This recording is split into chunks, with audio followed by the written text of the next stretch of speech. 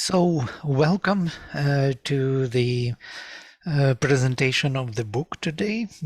It's not a new perspective, not our Sunday Sangha, but the very long-awaited event. We were looking forward to this event when this book will come out.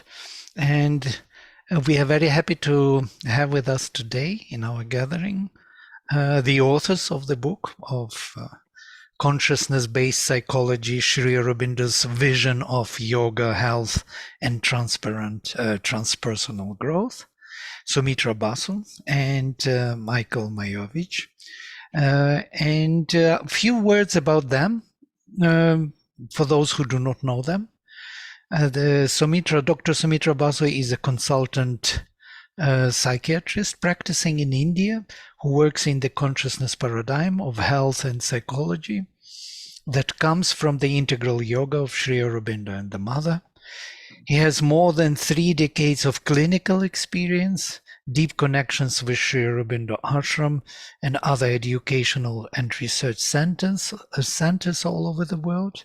He is a founder and editor of Namaha, the Journal of Integral Health. His model of consciousness-based psychology combines the best of Western psychology with Sri Aurobindo's evolutionary revisioning of ancient Indian yoga systems. And Dr. Michael Majowicz is the medical director for the primary care behavior healthcare system in the USA. He has over 20 years of clinical experience in adult psychiatry with a special focus on the integration of mental health in healthcare settings. For many years, he is collaborating with colleagues to develop integral yoga psychology and published many articles related to this research. So now I am inviting you to address the book, and I have some question to start with. So we would all be very interested to know, how did you arrive at the idea of writing such a book? Please, anyone, Sumitra or Mike? Yeah, Sumitra, start with there's a genesis going back decades. This actually started a long time back when we decided to work on this topic. For we felt that new psychology is needed for a new orientation in thought, Sri Aurobindo's thought, which considers man to be transitional being. Human being is a transitional being and with a capacity to grow in consciousness. So as the human being grows in consciousness and is capable to reach out to cognitive developments which far outreach the present human development. The present human development has come up to the level of the mind, but beyond the mind there are levels, the supracognitive levels.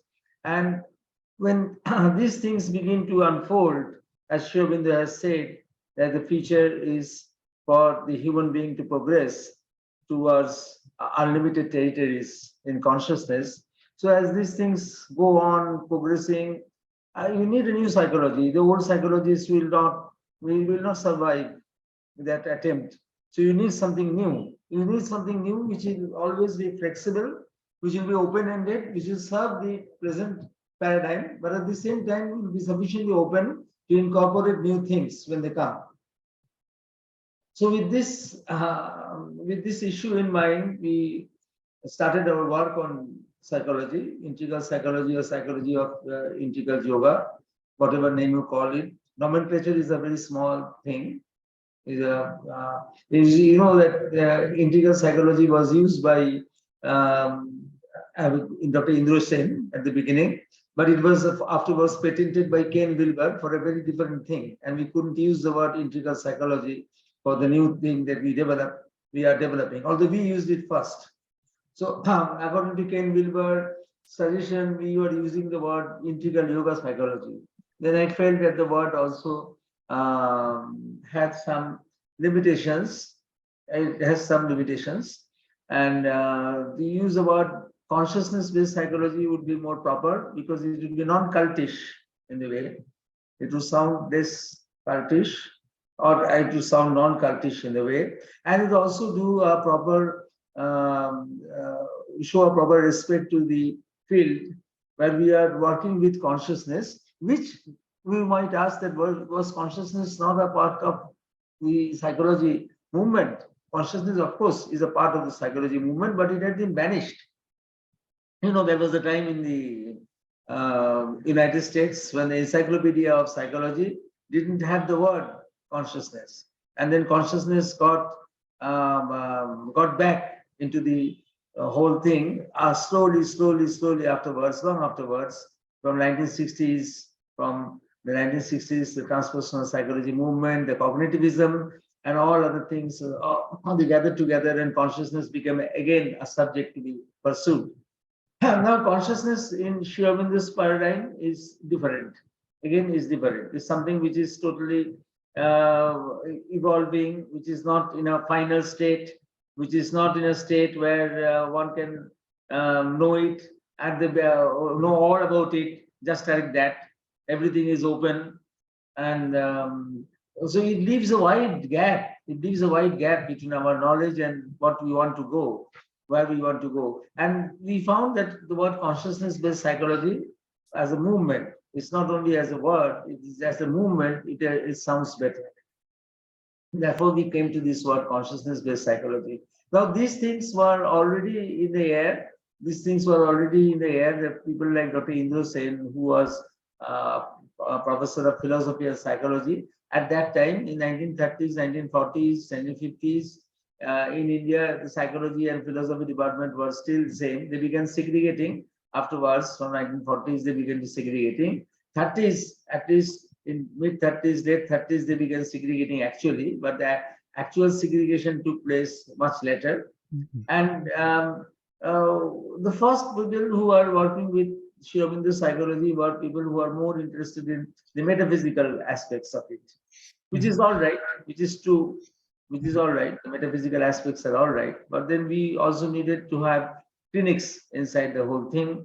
We needed to have clinical experience to buttress the whole effort that what has been continuing, what has been started, what has been doing the rounds. So the clinical efforts were needed. So we were clinicians. As clinicians, we got attracted to this field and to the this test of metaphysicians. I would say in the beginning, I used to have very much obstruction from metaphysicians in Sri Aurobindo circle, even philosophers from Sri Aurobindo circle. They used to say that, what is the use of this psychology? Because in India always it has been always said that the ego is something which has to be crossed over. The ego has to be left over. So when you leap over the ego, when you cross over the ego, when you get over the ego, you go to a state of egolessness. And egolessness is the great void, the nirvana, the Brahman without a second, all that. Everything except the human being around the ego. So you see, Sri Aurobindo said the ego is the helper and ego is the bar. Ego is the helper and ego is the bar. You need the ego to form the personality. But then at a certain point in time, you have to surpass the ego to something bigger, something higher, something greater than the ego has to come and take the place of the ego, something more harmonious.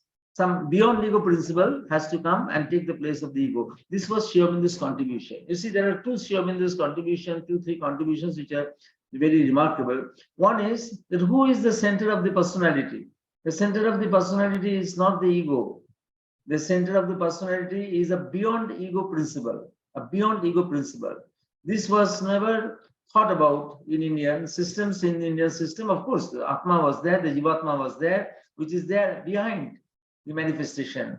So it is beyond the purview of psychology. When you go to the Jivatma, you go beyond psychology. So, but the Jivatma throws a projection into the manifestation, which is a psychic being, which I call the beyond ego principle. So that And beyond the beyond ego principle and the present human personality, that is a second degree, a second line, there is a subliminal personality that can come up. That the beyond ego principle cannot come and take over the functions of the ego. Suddenly it cannot come. Like that, it cannot come and take over the functions of the ego.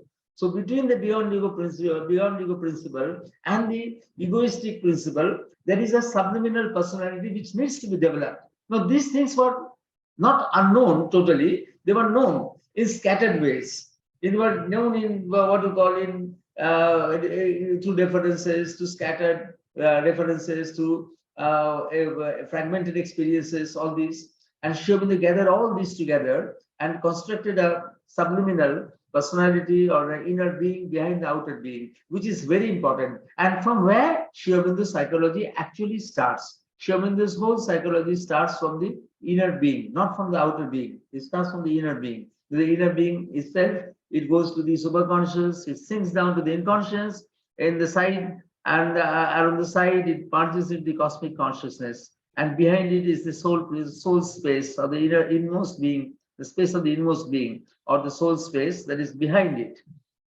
So there is a whole reach of things are possible, and a whole list of things enlarge their capacities. You see, when we talk about the inner being supporting the outer being, then immediately a person's personality, a person's behavior, a person's what we call outer things, they all become relevant or secondary only to what is there actually in the inner being.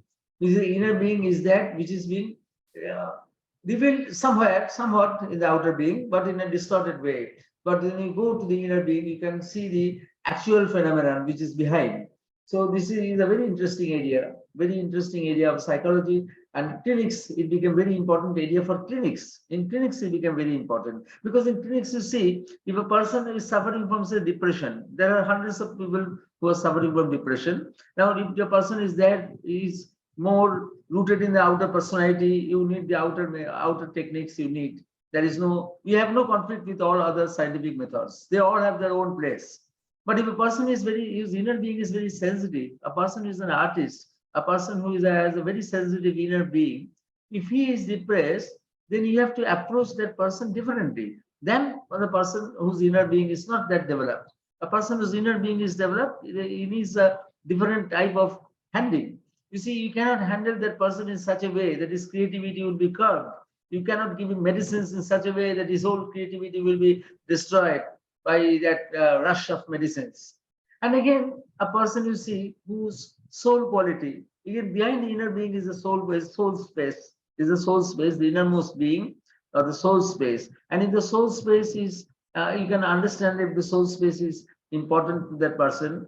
And of course, it needs a lot of work. It needs a lot of work on yourself to go to that state to understand the soul state of another person, especially a subject who is sitting in front of you. And if you can understand the soul state of that person, and a person is living more in his soul than in his outer being or the inner being, then a gentle turn of the person to the soul space can solve the problem. A gentle turn of the person towards the soul space may solve many problems. So you see, same power, same depression, the same symptoms of depression might be there in three different people, but the one person will be in the more in the outer being will need a different approach. One person who is the inner being will need again different approach, and one person in the inmost being will need again a different approach.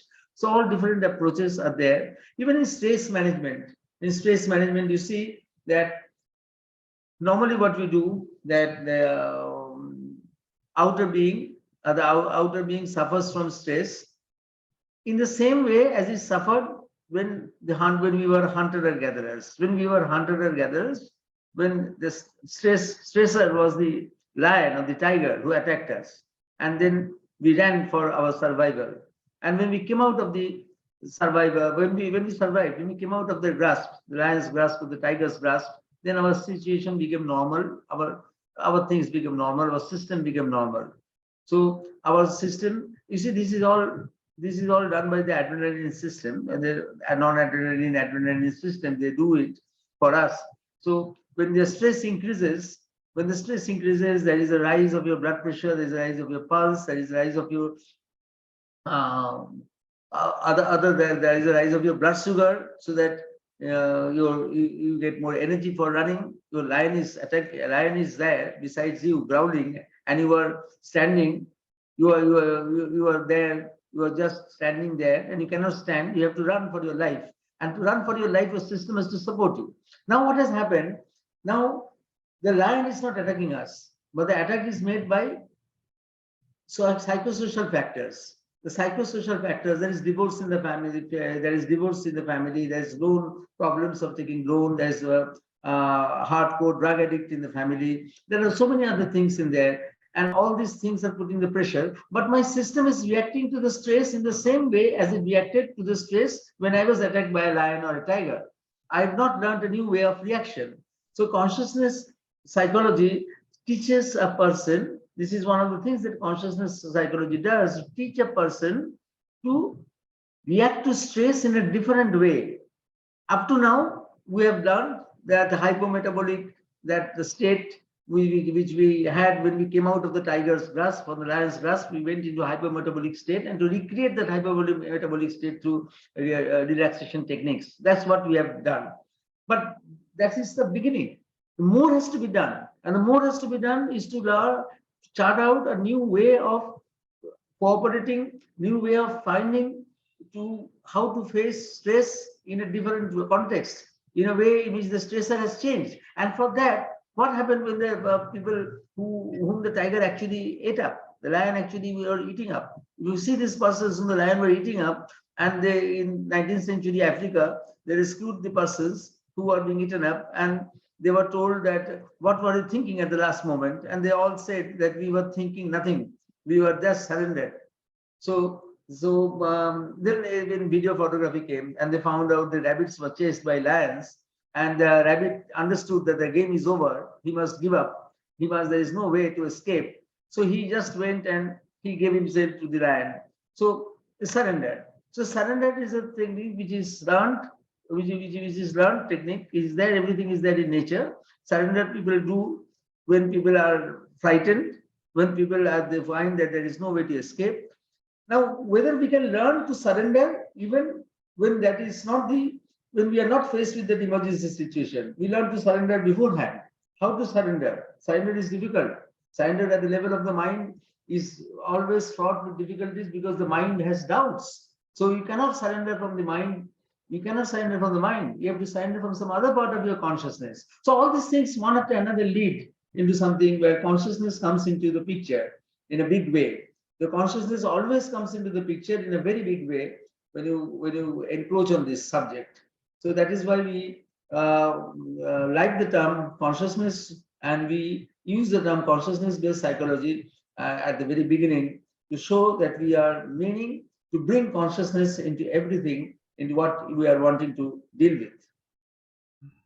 Thank you. This was. I've extended my time. No.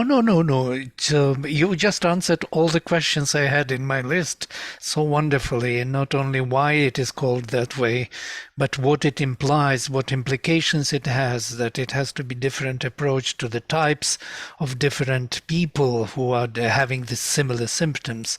Michael, would you love to add to this something of the clinical kind of view, and how true is that in the setting of the hospitals and dealing with patients in this scenario? Yeah. So one more reason among many that Sumitra said that we decided to use the term consciousness-based psychology was really to highlight what is special about Sri Aurobindo's metaphysics and system of thinking and psychology, which is that consciousness is the fundamental factor. It is the fundamental force. Consciousness creates matter, not vice versa. So by taking the focus off the word integral, which many people use and could mean many different things, this placed the focus on what is really the essence of Sri Aurobindo's work. This was a very opportune time. There's been, in the last 20 years, there's been such a huge change in mental health care and healthcare in the West, coming out of the non-consciousness-based paradigms that they had before. So when I started, 20 years ago, I published an article on Sri Aurobindo in the Harvard Review of Psychiatry. It took me 44 drafts and 2 years of fighting with the editor to get them to publish it.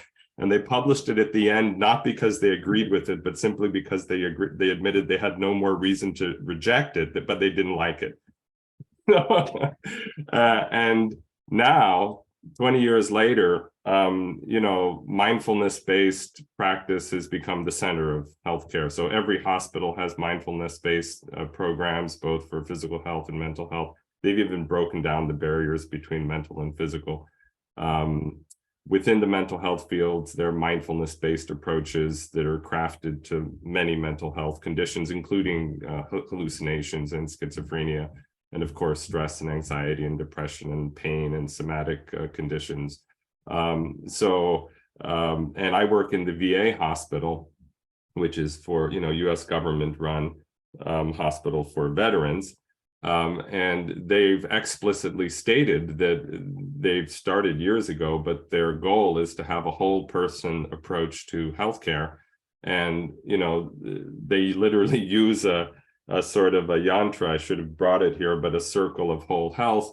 And they include spirituality and, all the biopsychosocial factors. And yoga, Tai Chi, meditation are all integral to that vision of how they want to deliver healthcare. So it's an enormous change, in just 20 years. And so there's a great openness now. So much is written about things, and transpersonal psychology in the West really had opened the way to all of this. They don't get the credit. In classic sort of fashion, what they've done is they've sort of imported transpersonal psychology into mental health care and medical care, and they've dropped the word transpersonal, and they don't credit any of the transpersonal people who launched it. But that's essentially what happened. The transpersonal movement and then Buddhist mindfulness, John Kabat-Zinn and all that. So this was a good time. I think the field, there are many people who are sort of ready. They've been open to consciousness, they're meditating. And so the next question is, when they practice mindfulness, they're starting to have experiences. And what are those experiences and how do they understand them? And so this consciousness-based psychology is coming at the right time to fill that need. Thank you so much. This was wonderful. From what you said, what comes to my mind is that, it looks like that the consciousness is evolving or changing in the world, and we're becoming more receptive to its influence on the physical body.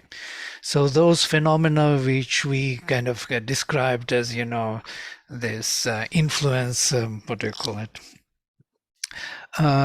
Which is not the action of the pills, but the imagination of the pills on the body, is becoming actually a recipe to cure the body. So we could include consciousness as the major element of the cure of the body. If we find the right position, we can cure not only psychological diseases, but many physical, biological diseases. So this is something new emerging in the world, and I can see this becoming more and more widespread and understood. I can see it in myself, that consciousness acts upon me and can remove pain, can remove disease, can stop, weakness, can do many things much more efficient than it was before. Before it was much more difficult to do it. So most probably we are evolving as human beings, and there are more possibilities. And so this book of consciousness-based psychology is very relevant to this time. I think it's so thank you for your comments. And one more thing what comes to my mind is this metaphysical psychology, which Sumitra coined the term. I heard this term from him a few times, metaphysical psychology. It's quite an interesting term because it introduces some vast vision of things. Metaphysics introduces things which are going beyond our immediate, so to say, experience, as it were. And if the metaphysics are confirmed by the psychology, as we have it in Integral Yoga by Sri Aurobindo, then it becomes kind of a pathway for psychology to develop. And I can see that as a great help rather than the obstacle or obstruction. Usually, psychologists and philosophers are quarreling and separating their subjects. But truly speaking, to bring them back to one vision, to one darshana, would be a very good exercise. And I see this happening in this book, Consciousness-Based Psychology. Thank you very much for your comments. And now we can open to the questions if there are several questions here. Would you like to read them yourself, or should I? I also just mentioned would like to come over and ask a question in person live, joining the panel. Just raise your hand and we'll also bring you over that way to ask. Your voice was breaking. I don't think they heard you from the beginning. Can you repeat again? We're asking anyone to raise their hand that would like to join the panel and ask the question in person to Dr. Miovich or Dr. Basu. Yeah, I can see Don Salman is raising his hand, so we can bring him in. And Susan also. I'm promoting you to panelists. So you can see them and hear them directly. Please, Don. I hope you guys don't mind some very strong praise. I think it's possible. I've read almost everything on integral yoga psychology dating back to the early Mother India in 1940s. I'll say right off the bat, I've read half the book and skimmed it, the whole book, several times. I don't think I've ever read a book on integral yoga psychology that's so enjoyable. You guys are not just scientists and philosophers, but you're clinicians. And some of your descriptions of those case studies and the way that you relate ordinary diagnoses to yogic concepts are just marvelous, really wonderful. Sumitra, the story about your own experience in the 80s of being attacked and suddenly this psychic opening where you just were calm and not reactive, that was amazing. I want to two more quick comments. Sumitra, I've had about 30 years of clinical experience, and my aim in every interaction, whether I was testing, I did test psychological evaluations or seeing patients, is what degree of the psychic rays can I even evoke, even slightly? It's funny, and I'll tie this in with what Vladimir said about evolving consciousness. In the 90s on my internship, I had a veteran with post-traumatic stress disorder. He was almost suicidally depressed. He could barely function in school. He was a very devout Catholic. So I started talking about his Catholic faith. And he responded so well to talking about the need to contact his soul. He started doing well in school. He started reducing his medication. I told my other therapists on the internship, I ended up getting on probation because they were afraid I would turn him psychotic by talking about his soul. And as Michael said, and Michael and Sumitra and I met in the late 90s at integral yoga psychology conferences. And I think maybe you guys remember we were talking about, well, is this stuff going to be, will there be receptivity in our lifetimes, And like Michael said, 20 years later, everyone's doing mindfulness. They're doing non-dual therapy. And I'll tell you one last thing quickly. Jan and I have been attending these meetings, satsangs, with this fellow, Craig Holliday, who's studied with many teachers, but he's one of the strongest influences for Aurobindo. Now, in my meager assessment, he really has woken up. He's awake. And he gets thousands of people writing to him saying, I'm so tired of these non-dual teachers talking about get rid of the ego, nothing matters, it's all impersonal. And clearly what he's teaching is teaching the psychic being. He's saying, no, it's not all about this sort of empty space of awareness. It's about love and the heart, and it's substantial and it's real, and it's about how you live your life. And he says, you meet all these non-dual people and, you know, they're awake, you ask their wives and their wives say, they're jerks. So he's talking about integration. So I recommend everyone at this meeting, buy the book. And if you're not sure about the philosophical stuff or the history of psychology, I burdened Michael and Sumitra with, I helped them get some facts about history of psychology. And some of it may be a little bit dense. Okay, you guys did a great job of taking the facts I gave you and weaving it into a story. But I'll tell you, the last chapters on the mind, vital and physical, and all the vignettes, wow, it's so much fun and inspiring. Good job. Thank you. Thank you. That's great. Thank you. Lovely. Yes, I totally agree. This is very enjoyable to read, easy to read, and cognizable, you know, everything in its place and no extra words in between. This is so important. Yeah, Susan, would you like to make comments or ask questions, please? Yeah, I definitely would, and I totally agree with Don in terms of the delightfulness of the book, the informativeness, and the expansiveness of what it invites. It's really a wonderful, and I call it a breakthrough. So I've been trying to use this approach, and I have a couple of case studies in the book. But I guess my question is, the first question is, clinicians now, what do they need to develop in order to practice from this perspective? What do we as clinicians need to really be focusing on so that we can open up to this wider perspective and actually see more effectively the subtleties of what could be going on with a client? To either of you. So please, if you are ready to answer to this question, please go ahead. Well, I think we talk a little bit in the book that one of the consequences of consciousness-based psychology is that it really brings in the importance and the primacy of self-development.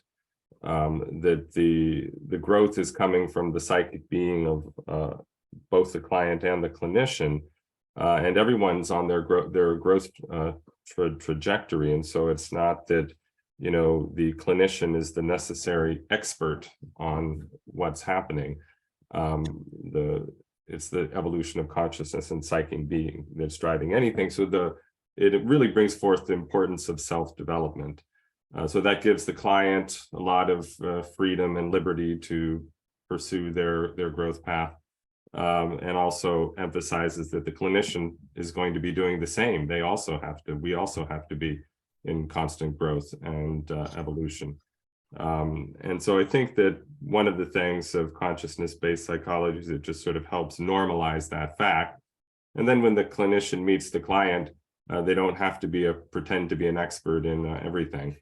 You know, they can sort of respectfully help with what they can and what they know, and give the client the freedom and respect that they also have their own inner knowledge and growth that is carrying them forward. You want to say more about that, Sumitra? No, it's all right what you said, that an opening, the people who are practicing this psychology will have to themselves work on themselves. That is the first requisite. They have to work on themselves. They have to understand the necessity of personal growth. And metaphysical psychology has to be introduced to them. Then only they will find it interesting. For example, how do you introduce occultism though we have a chapter on occultism and we have given beautiful case studies which are very impressive, and people have liked that. But still, just to speak of an occultism, we will, without explaining what is the basis, what is the nature, what is the metaphysics of it, will not cut ice with the person. No? So the people who have to be motivated for their own personal growth, only then they can be indoctrinated into this kind of psychology. So basically, you're following kind of the idea of Ayurveda.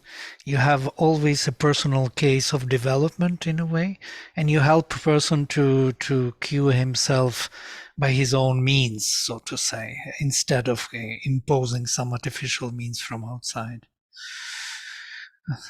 This is a great Do you idea. have thoughts on what you have found important from a clinician perspective, practicing in this way? Well, one of the things that's interesting to me, and I sometimes feel this when a client is coming to me and deciding to work with me, and I think there's a communication between that person's psychic and my psychic, and they're actually, there's a recognition that this person looking at me can hear what I want to say about my experiences. So that seems to be one factor that's very subtle, but I've found that to be the case in a number of things. I do a lot of work with people with trauma, and some of the most difficult experiences of trauma. One, I have a client with mind control experiences that have caused multiple personality, and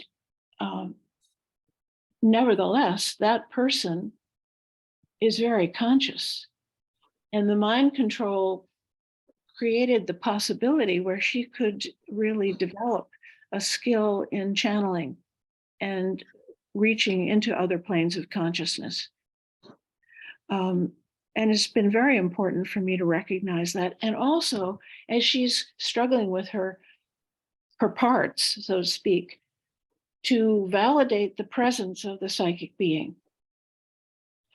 And that has been a turning point for her, to realize that she has that experience in her being. She has access to her heart, deepest heart sense. And that has given her enormous confidence to deal with all the other phenomena that she's having coming to her. I think another thing I see is often a person is, you can't quite smell it, but there's a sweetness of longing that a person has.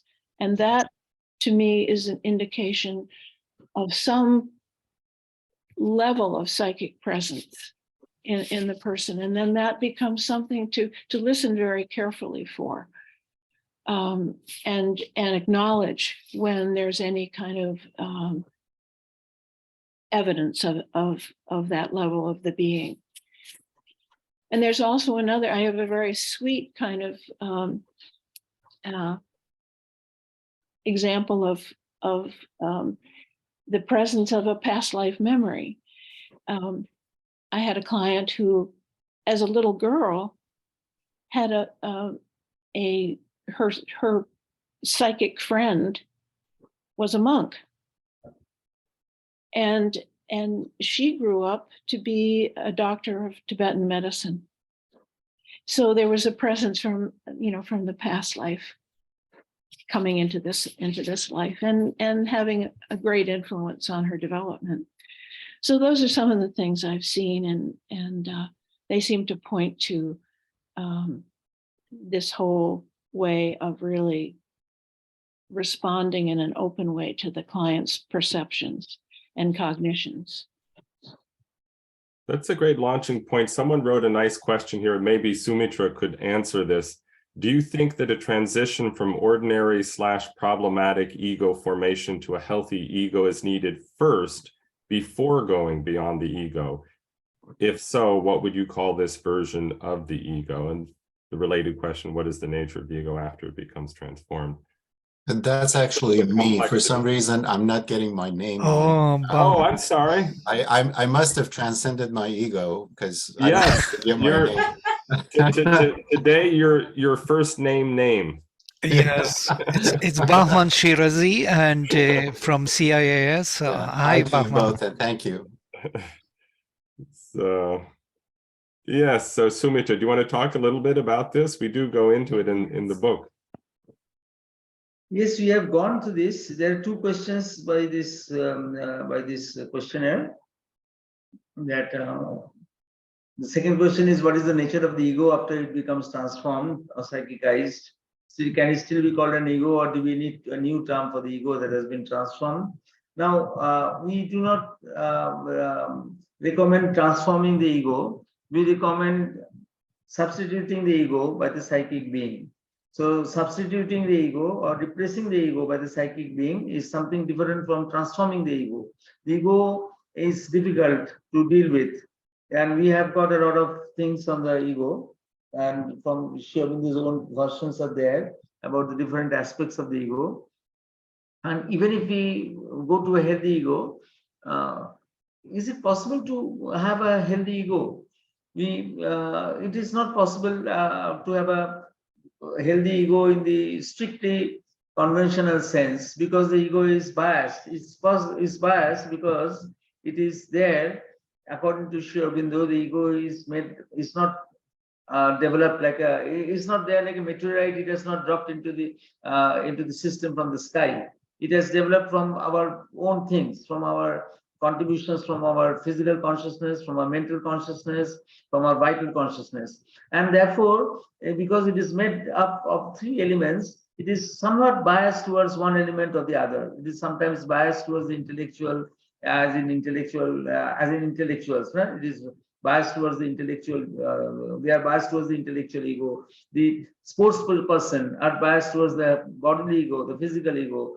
The dynamic persons are biased towards the vital ego. So the ego has also its own parts, and it is very difficult to have a healthy ego. And even if the ego is, one has got over the ego, one has what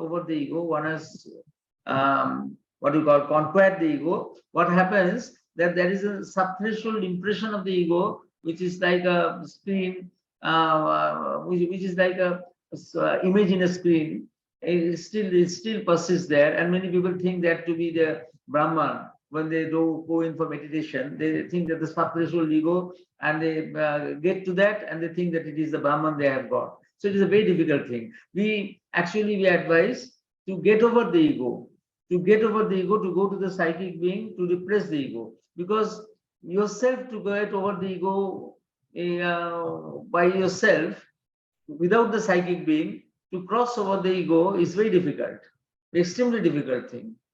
If you think that we'll get over the ego ourselves without concerning the psychic being, replacing it by the psychic being, we'll just get over the ego and see what happens. But that is going to take many births. Remember, that is going to take many births. Mother has given an example that she dealt with the physical ego. She dealt with she was dealing with the vital ego, mental ego, and the physical ego. And when she came to the physical ego, she was wanting to get over the physical ego without disrupting the physical consciousness. You see, the physical ego is holding the physical consciousness. Without disrupting the physical consciousness, she was wanting to get over the physical ego, and she found it very difficult. A point was there when it would be this or it would be that, she said, meaning that she would have left her body. So she had to invoke the destructive power of Shiva. She had to invoke the destructive power of Shiva to break the limits of the physical ego, to break the last, what you call, the touchstone of the physical ego. She had to break that. So it's not an easy thing. Mother could do it. For us, it is a very difficult thing. For us, it is more easier to go to the psychic being, bring the psychic being in front, and the psychic being will push the ego to his own place where it should be there. And we should be concerned only with the psychic being and taking over the functions of the ego and doing the work of the ego in a much better and more harmonious way. Ego can be instrumental, by the way, and doesn't have to be. Egoism is a problem. Egoism we have to get rid of. Yes. No, egoism is an attitude. Egoism and ego are different things. Ego is an entity, and egoism is an attitude. Yeah, thank you. Bahman, would you like to make some comments? Yeah. Well, I think that because I haven't read the book, but I do know, of course, some of this conversation from the past, but it seems like the goal of this work is probably more specific to or more resonant with the goals of integral yoga itself than the goals of psychotherapy, because I also know of many, many people, mostly in the transpersonal or some in the integral field, who have been concerned with the idea of an unhealthy ego going right into spirituality, which happens to be the majority of cases, and the idea of spiritual bypassing, and that our clinically afflicted ego structures give us very distorted versions of what is beyond, So to kind of clean that lens and develop a healthy, functioning, normal, I guess, if there's such a thing, something that's that can be used as a basis for then inviting the psychic being. And my own sense is that it's a very general thing, is that in the past, in, let's say, Asian traditions, normally they wouldn't accept a disciple unless they tested them and made sure that this person, is solid enough, is good enough, has a foundation, and they're not escaping from the problems of the world or something other, into spirituality. So this problem of sort of having a middle place in there is what I'm really concerned about here. Egoism is definitely part of that problem, so I understand that, but maybe more information as I read your book later about the goals of this kind of, psychotherapy, and how do you deal with clinical issues, because you have the patient now, and if the goal is to bring in the psychic into the work, there's going to be a lot of problems there. So how does that in practice actually take place? And what is the role of Western psychology or any kind of healing process in there, if any? So.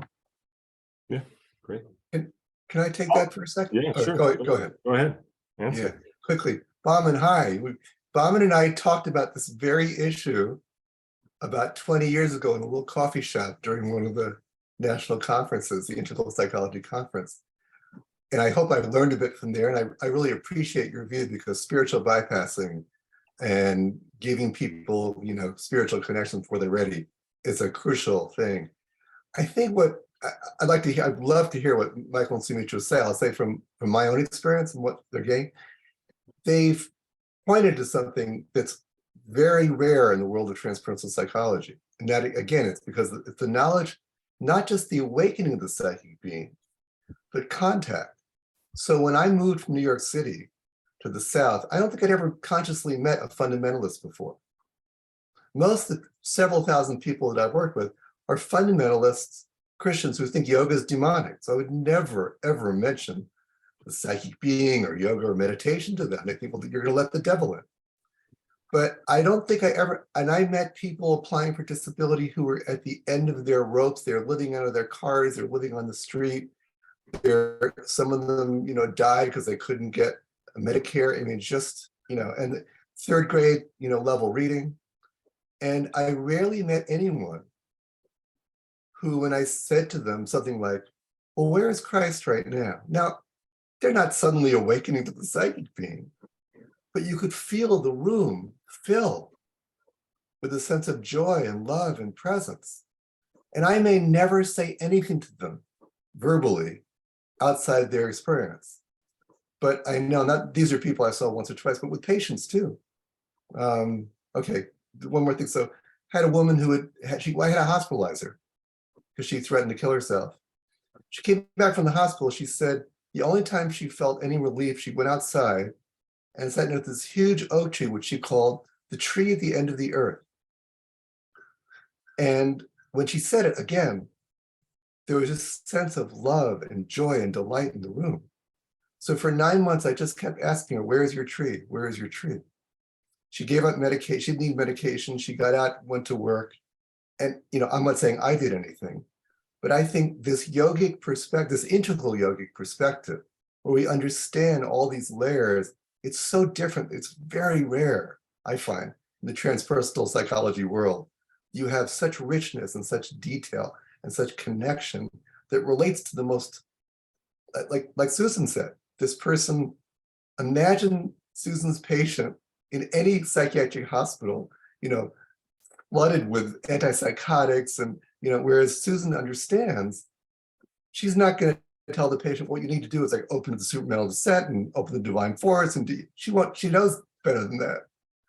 Anyway, I'll hear what Michael and Sumitra have to say about it. Yeah. But I love your point. It's really important, Bob. Very important.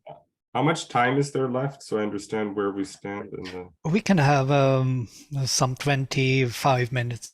Okay, all right.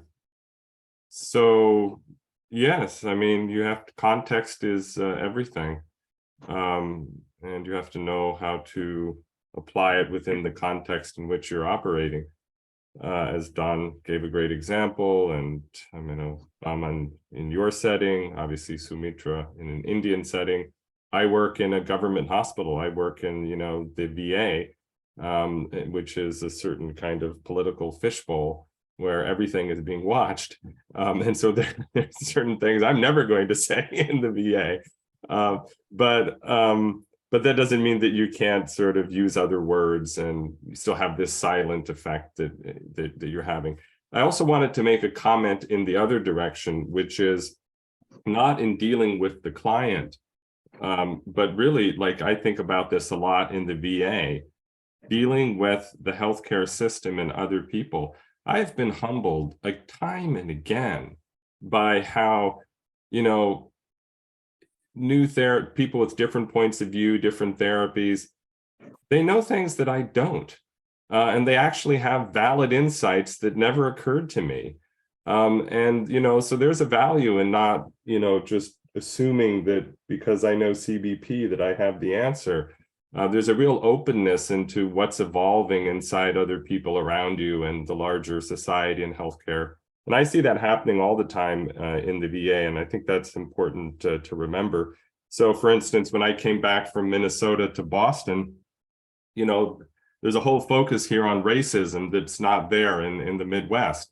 And that was I had become not thinking about. But a lot of these people have really good points, or the whole thing about gender identity and pronouns and so on. So there's a lot to learn. There's all kinds of developments that are happening, and the evolution is not necessarily, it's not all coming from people who are in the Sri Aurobindo community. The other thing is, I've been humbled time and again by, there's also a truth in science. And science is also evolving. And one of the points we've tried to make in this book is that one of the problems in the West is the culture. There's this split between science and religion that's pretty deep and goes back, to some deep historical traumas that we really haven't overcome. Sri Aurobindo does not have that worldview. There's no contradiction between science and spirituality in his worldview. He's perfectly comfortable with surgery and with medications. He's not against it. And it's really important to put that forward, because a lot of discussion about, integrative stuff and complementary medicine, there's this implicit, unstated thing that there's something somehow unholy about an antidepressant, and there isn't, right? There's nothing wrong with an antidepressant or an antipsychotic inherently. And the science that is still going into developing new technologies and emerging things. Also looking forward, genetic engineering is coming at us full speed, and targeted therapies, and the amount of science that is going to be unfolding in the next 50 years is really staggering. And you have to have a worldview that's ready to acknowledged the knowledge that is going to emerge from materialism, and instead of just splitting it off and saying, this is not spiritual. If we maintain that split, it's a recipe for disaster. So I'll end on that. But that's another use, I think, of CBP, is to stay open to all these different perspectives. Wonderful. Sumitra, would you like to add to this? No, this is our basic thing, that we have no contradiction between science and spirituality. This is a very basic thing we have taken, and this has been taken from Sri Aurobindo himself. And if you say strictly, science also we see is really agnostic. Science is really agnostic. As Michael has shown in this book, that Stephen Hawking also made a claim that being scientific means that you have to be atheistic. You have to have atheism, but that is not true. The scientific spirit is agnostic, so it is always changing its parameters. It is always changing itself. So we have to acknowledge that also. Scientific truths do not remain true. They change all the time. Things change. So we have to acknowledge that also. And there is something spiritual in everything, and there is something scientific in everything also. So they are catering to different dimensions of the whole thing. That whole thing has different dimensions. And there is a dimension where the scientific thing works, there is a dimension where the spiritual thing works, and there is a dimension where both things work together. Why, if you see, if I portray truthfully, my intervention in healing, even where I am using science, will only be acceptable in a better way if there is a sanction of the divine behind me. If there is a sanction of the divine, then the other things will follow suit. That's what I believe. And that's what many people like me believe. Not only I believe, there are many people like me believe.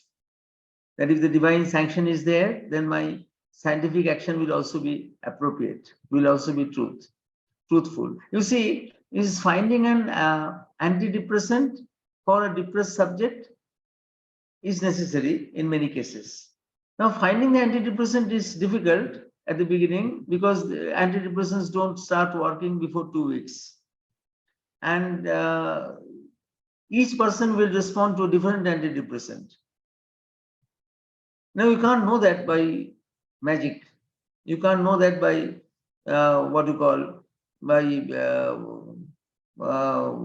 your superior wisdom, scientific wisdom. You can know that only if you are intuitive, you can hit the right road. And to develop intuition, you have to have a spiritual orientation. Maybe the spiritual orientation might not be that in the usual way. Spirituality is something, again, which is to be understood in a very global way. Spirituality doesn't mean that I have to believe in a certain God, in a certain thing, in a certain scripture. It is not like that. Our version of spirituality is also different. Spirituality is growing up in consciousness. So you grow up in consciousness, and you grow up in consciousness in many ways, through many ways. Religion is one way, metaphysics is one way, but beyond religion, beyond metaphysics, there are other ways also to grow up in consciousness. So everybody can grow up in consciousness, everybody can become spiritual.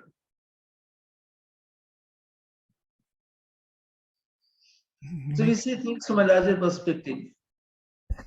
Makes sense totally. Yes, absolutely.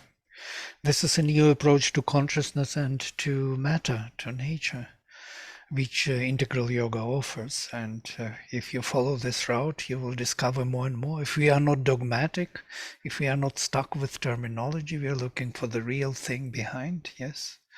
There was Karen also waiting here for a question or some comments. Please, Karen, unmute yourself only.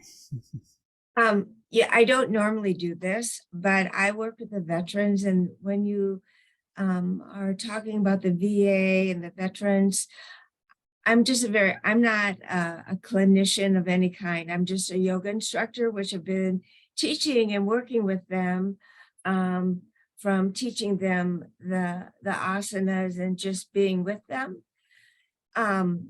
They are so much ready for this. I find this very profound that you're coming from this perspective, because all the veterans that I know are so ready and are looking for this answer in their life. And they have been for a very long time, because they're trying to make sense of their life and their experiences that they have had. And it is a spiritual situation that they're looking for. They're wanting this type of healing. They don't want the drugs. They've already gone through all that. That wasn't their answer. They're looking for a side of themselves that they lost. And I just think what you're doing is very profound. I wish you'd come to Reno and work with the VA there, because I think not only are the veterans looking for it, I think the people they're working are looking for the same thing. I know the VA Medical Center here in Reno, I think is noted as one of the best here in the West. And so I think what you're doing, I'm just a simple person, but when I was hearing this conversation, I was compelled to say, keep doing what you're doing, because on a very simple level of just being a yoga instructor and for working with them for 14 years, this is exactly what they're looking for. Exactly that fulfillment that they need of themselves from being in such a traumatic. And I always said this, with the veterans and with war, it's created everything that anything can become inside. And this is part of the centering of their wholeness that they need to continue on with their lives. So I have a very fondness for the veterans.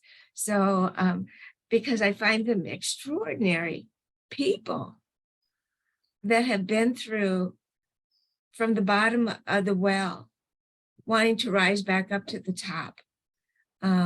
So I guess I'm very interested in reading your book, and I just wanted to thank all of you for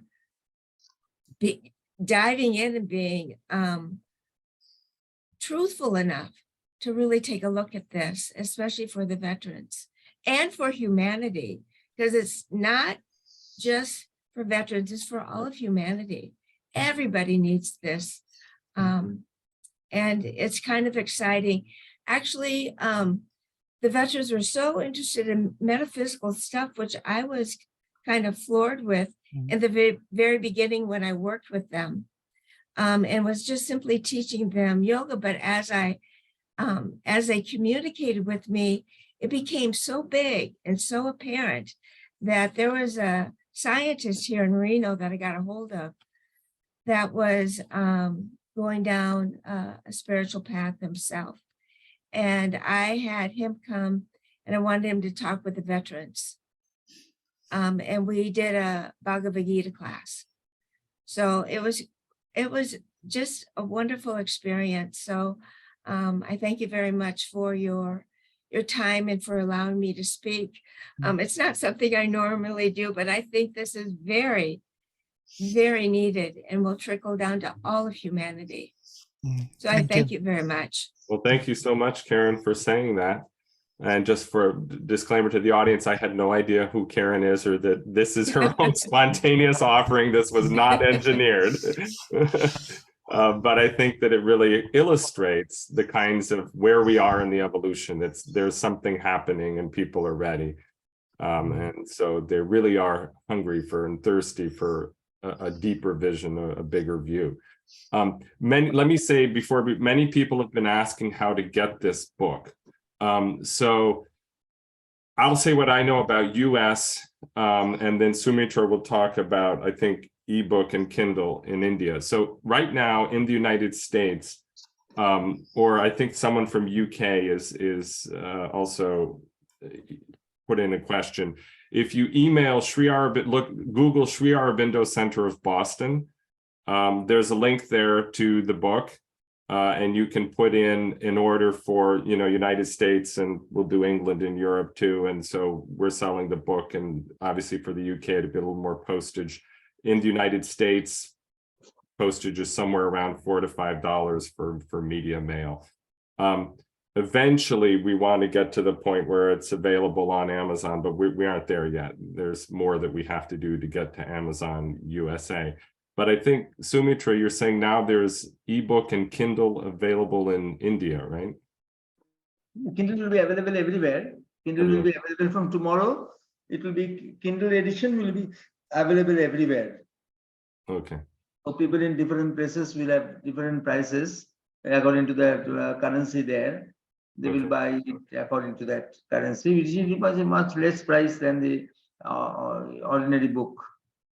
Okay. But people like the ordinary book. People like the ordinary book. Yeah. So that is also there. That has to be catered to people.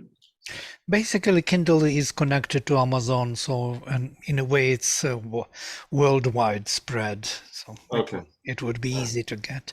There is someone else here on the online, is Miriam. So, would you like to make a comment or ask a question? Please go ahead.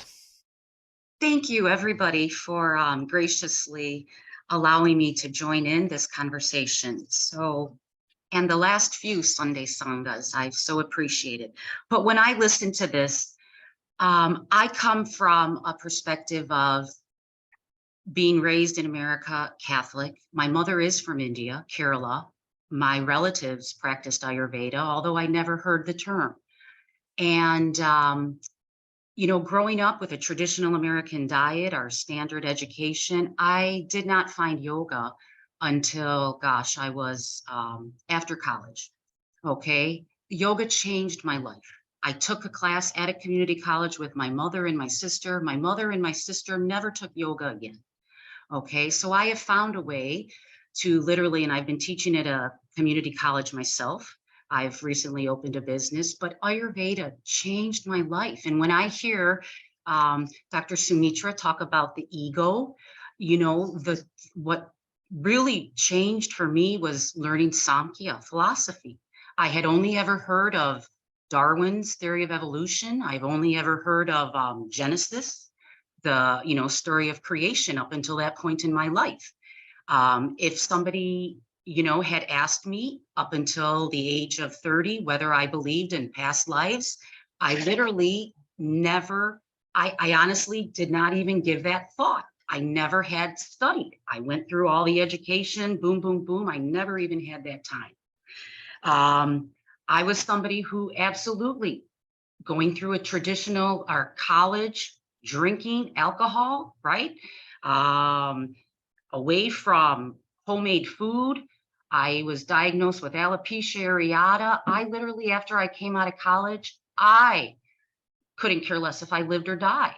Okay. I went that route where immediately I was told I'm manic, put on medication. Thank goodness, Ativan made me faint 3 times. And the doctor told me, oh, it's too strong, take half a pill. I knew at that time I was smoking cigarettes, eating pizza, hot dogs, French fries. It's the pitta in me who was smart enough to say, this is just craziness. More importantly, I had smoked cigarettes. I was a Vata. I did so much, but I had a sister in 2010. So my older sister took her life. All right. And knowing that this was something that in a million years, if anybody was ever going to have that, I would have done it. But holy cow, I found something that now I teach so many people. Even my younger sister is the term CBP, right? She dedicated her life to this mission. And honestly, she needs to come to me with yoga and Ayurveda to really and truly help her clients, because she gets such a different worldview. And until you start experiencing this stuff, I like to explain to my students how Samkhya changed my life. Ego we need, but if the ego is driven by the 5 senses of what we touch, taste, see, hear, and smell, and it's driven by the lower mind, you know, of course we're going to have imbalance. But when they start understanding if that ego, that ahamkara, comes from the higher realm, right, connected to the mahat and the buddhi, they open up. And then even this simple mudra, they start to understand the higher self and the lower self, and even just simple terminology, because I think everyone in the mental health field knows that the majority of people do not seek help. So in the yoga world, as teachers, we need to do what we can to see it. And I am the biggest advocate for Ayurveda because it was something, as one of 6 kids, changed my life. And Samkhya, when you talk about, Dr. Sumitra, you need to have these personal experiences. Not everybody is in that place where I have a dream. I had such a profound dream of my sister who's arguing with me about Samkhya philosophy, but yet this is because she passed, right? So until more of us have these experiences, it's hard to teach others. But how profound to be able to visit your father the night before he has a heart attack, you know, to bring him something and not have to live with a life of grief. You know, so absolutely, I'm indebted to all of you for allowing me to participate, and thank you for elevating Thank the you. mental health. Thank you. conversation. Thank you for sharing that. How much time do we have left? Well, we have not much time left. There are many questions I here know. on the board, so you please pick up the most. We didn't get to all the questions. Well, we got them directly from participants. Yeah. And, We can stay on as long as we people can would like. stay. Yeah, No problem. Okay. Is there any question that grabs your eye, Sumitra, about that you want to answer?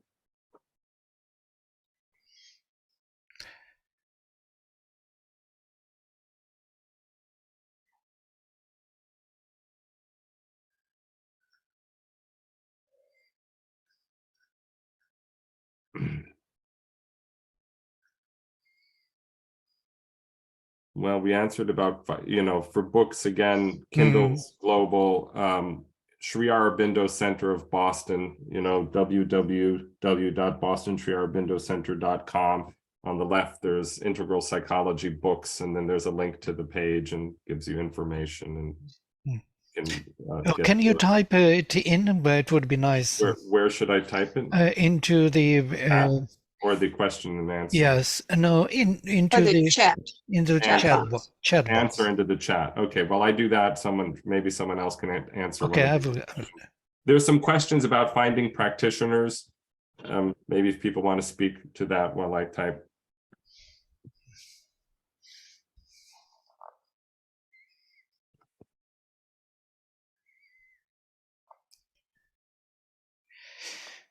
Do you have any catching your eye? Or shall I help you out? I can read them out.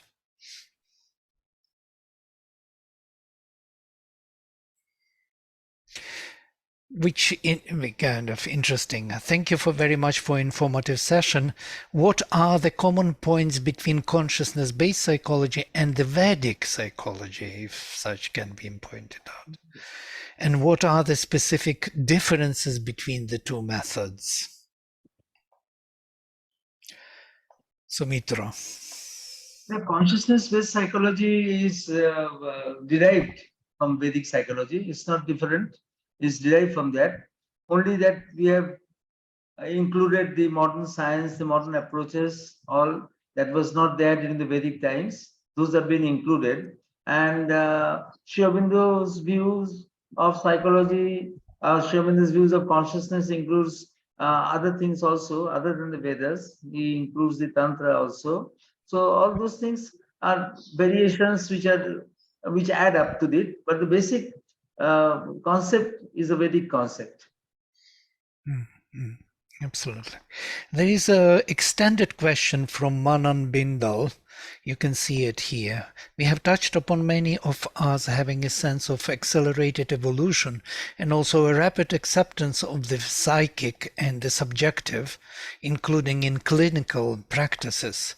How does education pertaining to such and other subjective fields itself look like evolving going forward? And are we seeing an end of formal university education?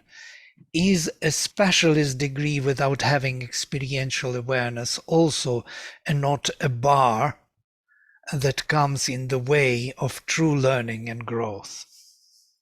Well, there is an answer in the question already. Yes, the education pertaining to such subjective field is something is evolving forward, and it will create its own fields.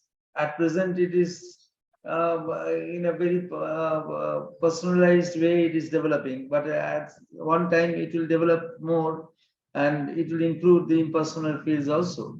And end of formal university education is are we seeing an end of formal university education is a specialist degree without having experiential awareness, and also not a bar that comes in the way of true learning and growth. Of course, a specialist degree without an experiential awareness is a bar that comes in the way of true learning and growth. And so